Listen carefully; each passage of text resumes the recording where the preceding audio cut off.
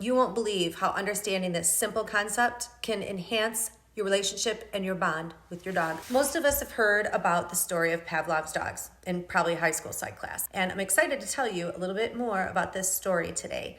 For those of you who don't know me, my name is Christine Fox, and on this channel we dig deep into the science and behavior of dogs because sometimes dog training just isn't enough. So in the late 1800s, there was a scientist named Ivan Pavlov, and he noticed that his dogs that he was experimenting on would salivate not only when they tasted food with the experience, but they got worked up for the food just when they saw the lab assistant who typically would come in to feed them. In a series of classic experiments, Pavlov introduced what's called a neutral stimulus, which was a bell. He rang it just before offering meat to the dogs. After repeated pairings, the ringing alone would trigger the dogs to drool and get all excited because they knew what was coming. This, fellow dog lovers, is called classical conditioning at its finest. Just like Pavlov's dogs, our dogs develop certain behaviors through conditioning. Whether it's getting excited because they hear the leash or sitting patiently as they wait for a treat, these are all learned behaviors and they're shaped by cycles and patterns. So what about the patterns that we don't want to create? What if every time you open a bag of chips, your dog thinks it's time for their treat? These habitual cycles can be hard to break without professional guidance. This is where mindfulness and training becomes essential. When you're being aware and insightful, we can identify these patterns, then we can break them down, and then we rebuild them with positive intentional cues.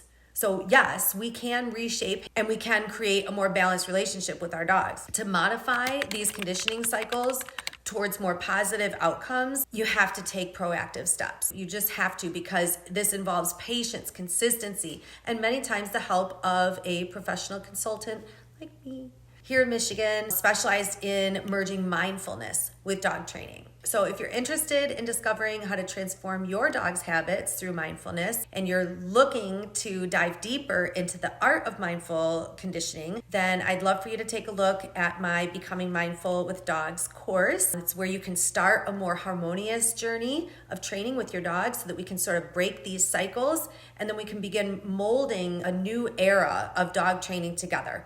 If you'd like to learn more about how you can modify your dog training approach to include more behavior knowledge from mindful approach, check out my stand store in the description below. I hope you found today's perspectives interesting as it relates to conditioning. Thank you for joining me and Katie today. If you like this video, please give us a thumbs up and subscribe for more insights and share your thoughts with us. We love hearing what you have to say. So remember to practice enjoying being in the here and now like a dog, sending you peace and wags. Until next time.